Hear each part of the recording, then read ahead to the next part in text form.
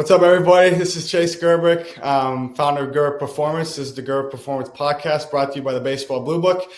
Today, we have a very special guest, Coach Hunter Reeser. Coach Reeser is the current Vanderbilt strength coach, does a tremendous job over there, and there's a reason why they are so elite at everything they do. Coach, thanks for coming on today. I appreciate you having me, Chase. Absolutely. So first question I have for you is, you played baseball at a very, very high level in college at Fairleigh Dickinson University, very competitive program. And now you're the strength coach at Vanderbilt, which is fantastic. You guys do such a great job over there. But to start, walk me through your journey as a player and now coach. Yeah, so like you had said, I started out my college career at Fairleigh Dickinson University, small Division I school in New Jersey. I played there for 2 years, ended up getting hurt my sophomore fall, ended up having to have season-ending shoulder surgery. So kind of in that process, I was ready to move on in terms of my major in school.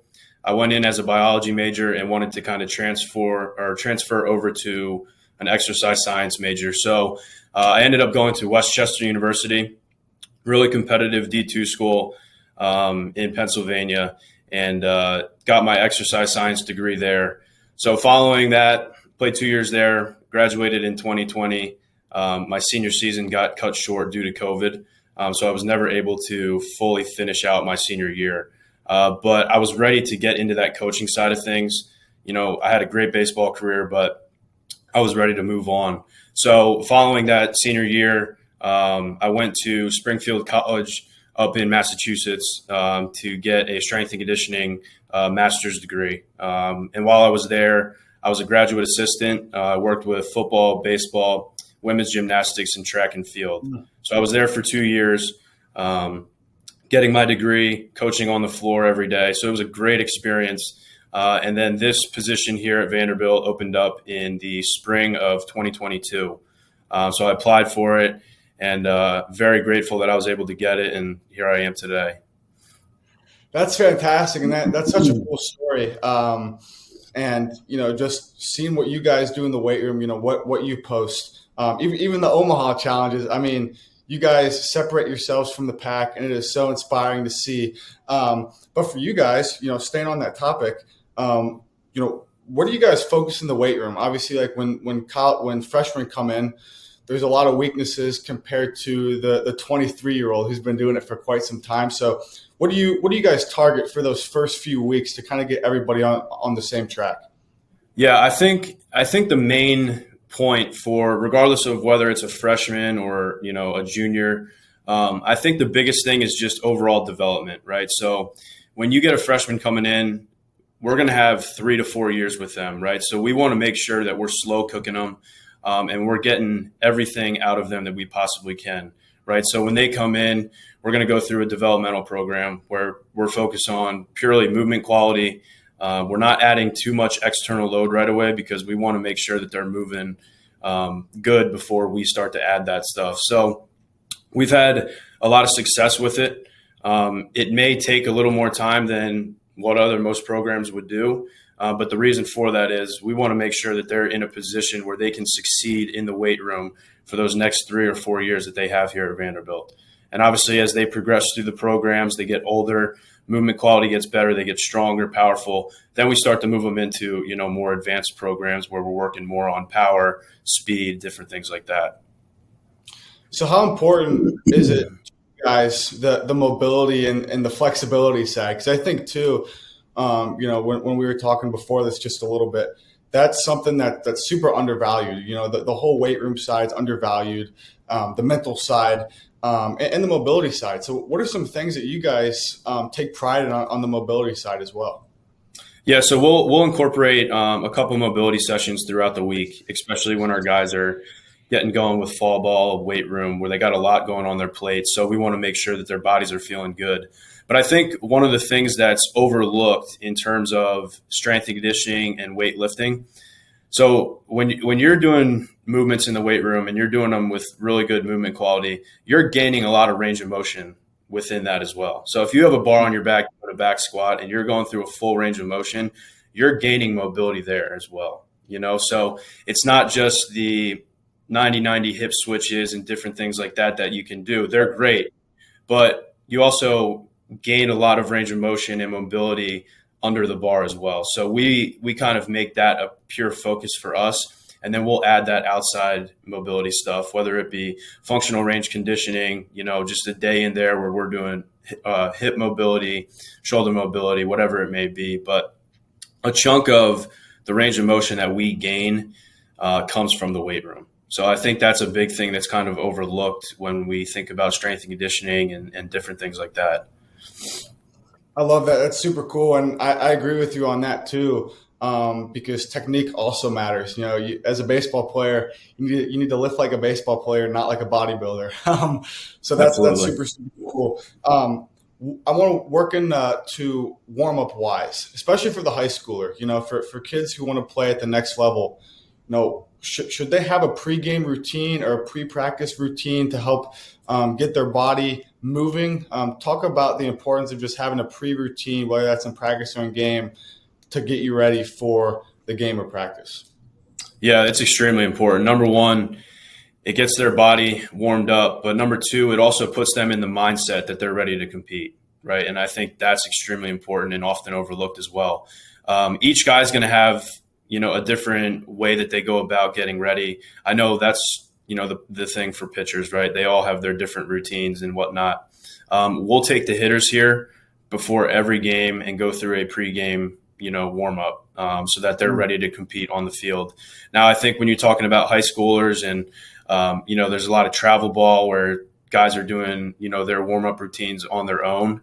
I would say pick something that, number one, is going to get you loose and get you feeling good. But number two is also going to put you in that mindset to compete. Right. And I think those are the two biggest things that you can think of. And now these warm up routines don't have to be fancy by any means. Right. You could jog for 50 yards down and back, skips with arm circles, different things like that. Whatever exercises make you feel good, that's all that matters. Right. Because if you feel good, you're most likely going to play good. So, that would be my two biggest points of emphasis there for that.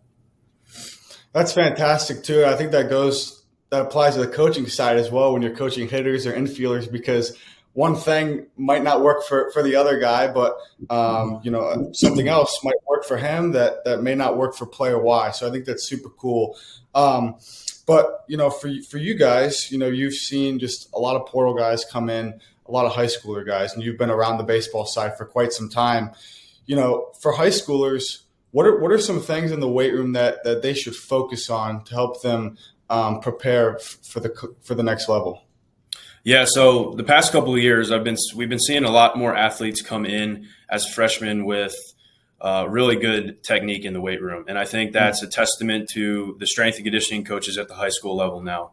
A lot of these schools are supporting sports performance staffs, strength and conditioning coaches, and that's pushing the field in the right direction. So I love to see that. The biggest thing that I can think of when it comes to high school, baseball players or athletes in general, is to focus on fundamental movement quality, right? Because it's going to take you a long way. If you have a good, solid base foundation when you come into college, that's only going to set you up for the next 3 to 4 years, and you're going to make a lot of gains just from that. I've been around, playing high school football, and we really didn't know what was going on in the weight room. So we were in there just throwing bars on our back, like trying to lift 315 every single day. And I still see that stuff. And that's the stuff that you kind of need to shy away from and just be smart about, because over time, yeah, you're young at the time, but as you continue to do that, there's a lot of load going on the joints, and an injury is most likely going to occur somewhere down the road. So Number one, just focus on fundamental movement qualities. And number two, get with a coach that knows what they're doing. And like I said, we're seeing a lot more, certified coaches in the high school sector right now, which is really good.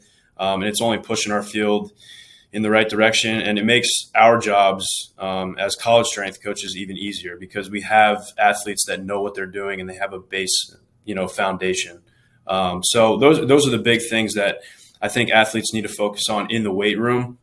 Now, outside of the weight room as well, I think the field work is extremely important. And what I mean by that, I mean your speed stuff, your plyometrics, just being an overall athlete, because you come and compete, at the SEC level, baseball, regardless of what sport, right? It is Right. extremely competitive, and there's athletes all over the field. We have multiple guys that have played, 2 sports, 3 sports in high school, and they have a lot of skill sets that allow them to succeed on the field here. So I would say outside of the weight room, on the field, work on your speed, work on your plyometrics, accelerations, decelerations, just learn to be an athlete, right? Because it's going to take you a long way.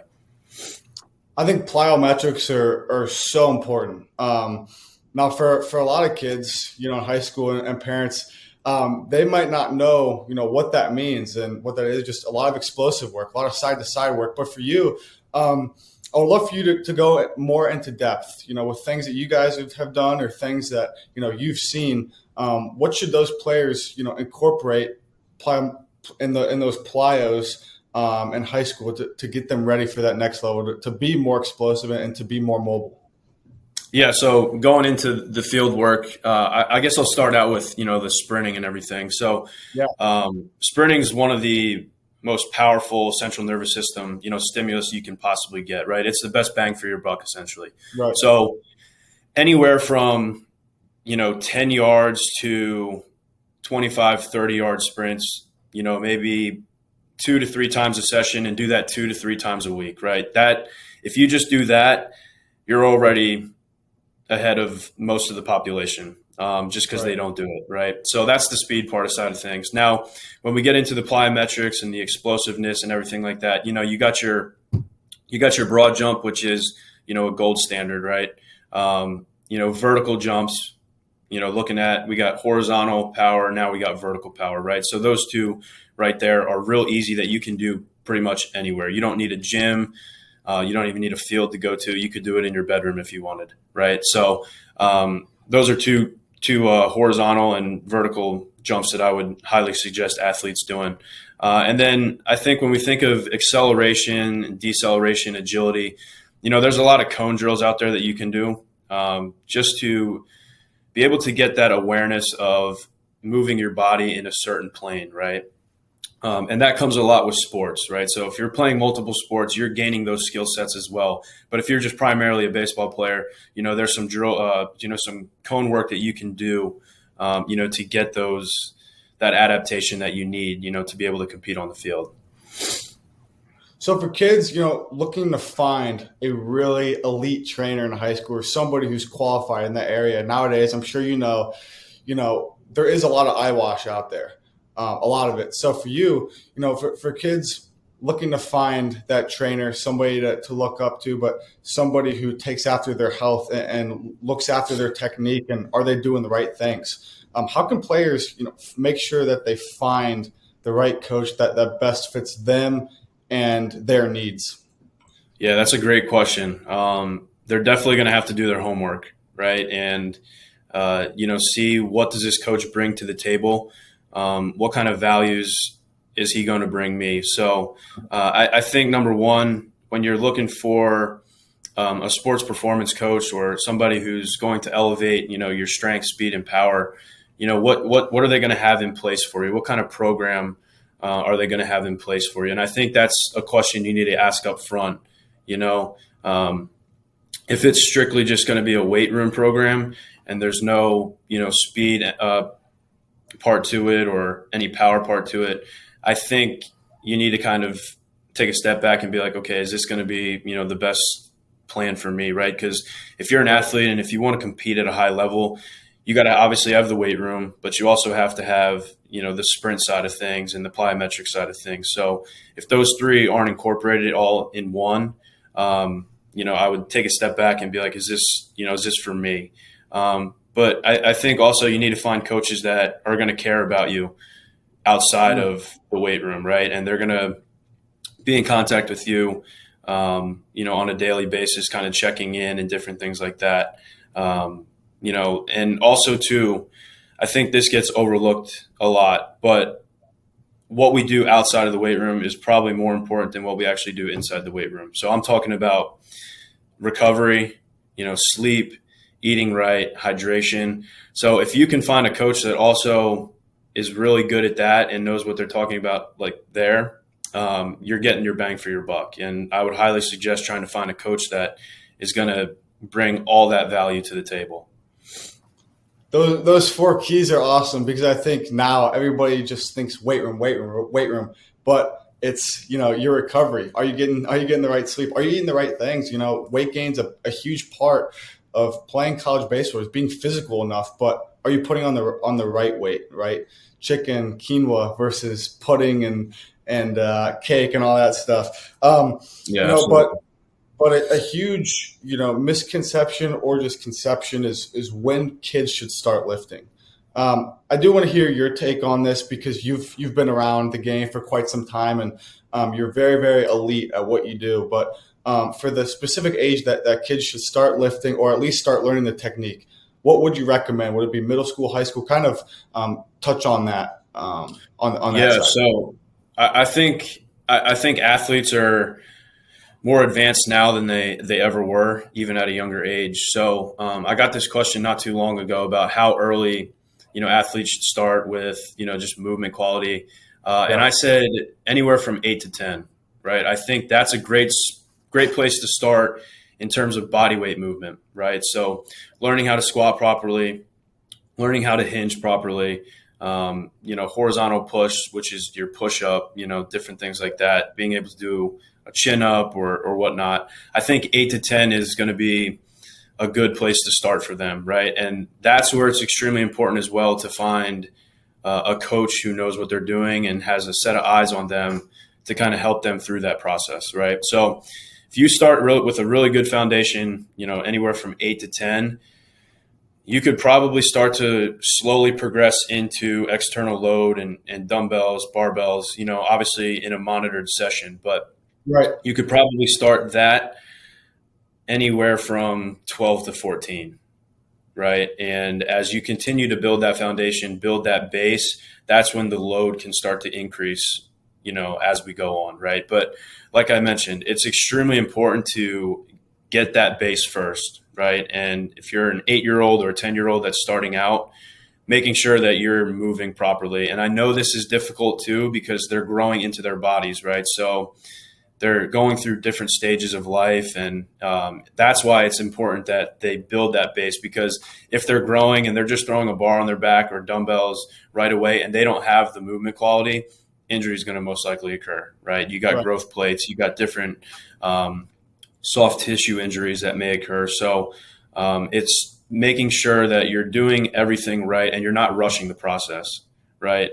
Life in general is a slow process, and it's the exact same thing when it comes to lifting, right? I really didn't start lifting heavy until probably my senior year of high school. And that was all because I kind of knew where I was as an athlete in the weight room. I wasn't, there yet in terms of technique and being able to add that load. And then once I felt like I was proficient in it, that's when I started to do it. So I was kind of a late bloomer as well. But if you, like I said, you start that foundation early and you succeed with it, you're only going to set yourself up for the next 5 to 10 years, and you're going to most likely be a beast in the weight room. So that's what I got on that. That's fantastic. And another thing I want to go into is, you kind of touched on this, but the importance of being process oriented versus result oriented. I see a lot of kids that say, I'm going to go in the weight room and I'm going to do this, this, and this, but then they do it for a week and they stop. I want to hear your thoughts on that, being process oriented versus result oriented. Yeah, I mean, I love the saying, it's not about the destination, but it's about the journey, right? Mm-hmm. And when we think of the weight room, specifically with our guys here, right, we get our freshmen in here, like I had mentioned earlier, we have 3 to 4 years of development with them, right? And if we rush that process too much, we're doing them a disservice, right? Because we're not squeezing all the juice that's possible out of them, right? So I think for any athlete in general, sports is a great life lesson, because there's going to be times where you think your process is working really well, and then one day it takes a complete 180, right? So it's taking it day by day, session by session, whether that's out on the field, in the weight room, right? just be present and be where your feet are, right? Because if you continue to stay consistent and keep your mindset in that realm, you're going to see a lot of benefit and you're going to succeed down the road, right? And like I said, there's no need to rush it, especially if you're an athlete in the weight room. When you start to rush things, that's when injuries can occur and you set yourself back even more. So get with a coach as well that is going to be, process oriented, right? And not just looking for a quick fix, and set yourself up for failure down the road. That's fantastic, because I think nowadays, our culture is starting to get a little more entitled, and people want to start to see that overnight fix. And if everything was overnight, if everything was easy, then everybody would do it. So I love that. And I think that's very, very important. Now, this is kind of self-explanatory, but I want to give you the stage here for recruits, baseball players, but, also all other athletes. You guys do a tremendous job just throughout each of your programs. Why should players want to come play at Vanderbilt? Yeah, I think Vanderbilt baseball speaks for itself, right? The track record that Coach Corbin has here, the past 20-some years, that speaks for itself. He's changed his program. He's changed this university. But I think one of the biggest things on our strength and conditioning side of things is, we're going to develop you, right? So you come in here into the weight room, you're guaranteed 3 to 4 years of development. And that development is only going to allow you to make it even farther in your career, right? So if you have aspirations of playing, Major League Baseball, the program that we have set is going to help you get there. And then the baseball side of things, it's the same thing, right? You're going to develop. We obviously stay in our own lane in terms of strength and conditioning and separate of baseball, but you're just overall development, you're guaranteed it when you're at Vanderbilt. And I think that's the coolest thing about the program that we have here and the staff that we have here is we're so process oriented, like you had said, taking it day by day, just being present and developing the guys the best that we can. That's so important. I think even when talking about finding the right fit for players, is the staff process oriented? Because if you're not, then like you said, whether it's in the weight room, it could lead to a lot of injuries. And practice, are you focusing on the right things, right? And so that's huge. And obviously your track record speaks for itself, and you guys do a tremendous job over there. But another question I had for you, Hunter, is the mental side. I think that's super important. Is that something that you guys incorporate in your workouts as well? We try to educate as much as possible. And I think the mental side of things, I can kind of go back and personalize with that. So when I had my shoulder injury my sophomore year of college, and I knew I had to get season-ending surgery, I was in a dark place at times, that's for sure. Because, I knew I was out for a full year, wasn't able to play, wasn't able to do much. So, I was down in the dumps sometimes. And I think the good part about that process was I learned a lot about myself along that journey.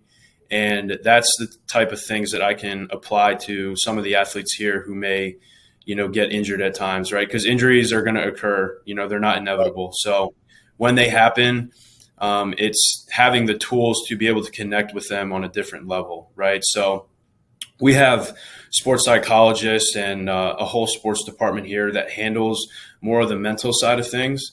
But what we can provide solely in the weight room is based off of our experiences as players as well. So I think, my injury was a blessing in disguise. And the reason for that is it allows me to connect with athletes on a different level, regardless of the weight room, right? Now I can kind of tap into what they may be going through mentally on the side of things if it comes down to, an injury or whatnot. So We don't focus too much on it in the weight room because we have, like I said, we have a department that handles all that, but we bring our own experiences to the table. And I think that's really special as well. Yeah, that personalization aspect is huge. So because players can relate with you and there's just more to it, right? It's not just generalized toward everybody. You're able to relate and help them based on your experience as well. And I think that's super, super cool. But Hunter, we greatly appreciate you coming on today. And to close this thing out, is there anything you have to say to players who are looking to play at the next level? Like I said, just focus on the journey and not the destination, right? Take it day by day. Wake up every morning with the attitude that you're going to get better. You're going to compete, regardless of whether you have a game. You're just competing with yourself on a daily basis, right? The second you start to focus about somebody else, you lose all your focus on yourself, right? And I think just getting better on a daily basis and focusing on yourself is extremely important, because if you're not doing it, it's going to be hard for you to make it to the next level, right?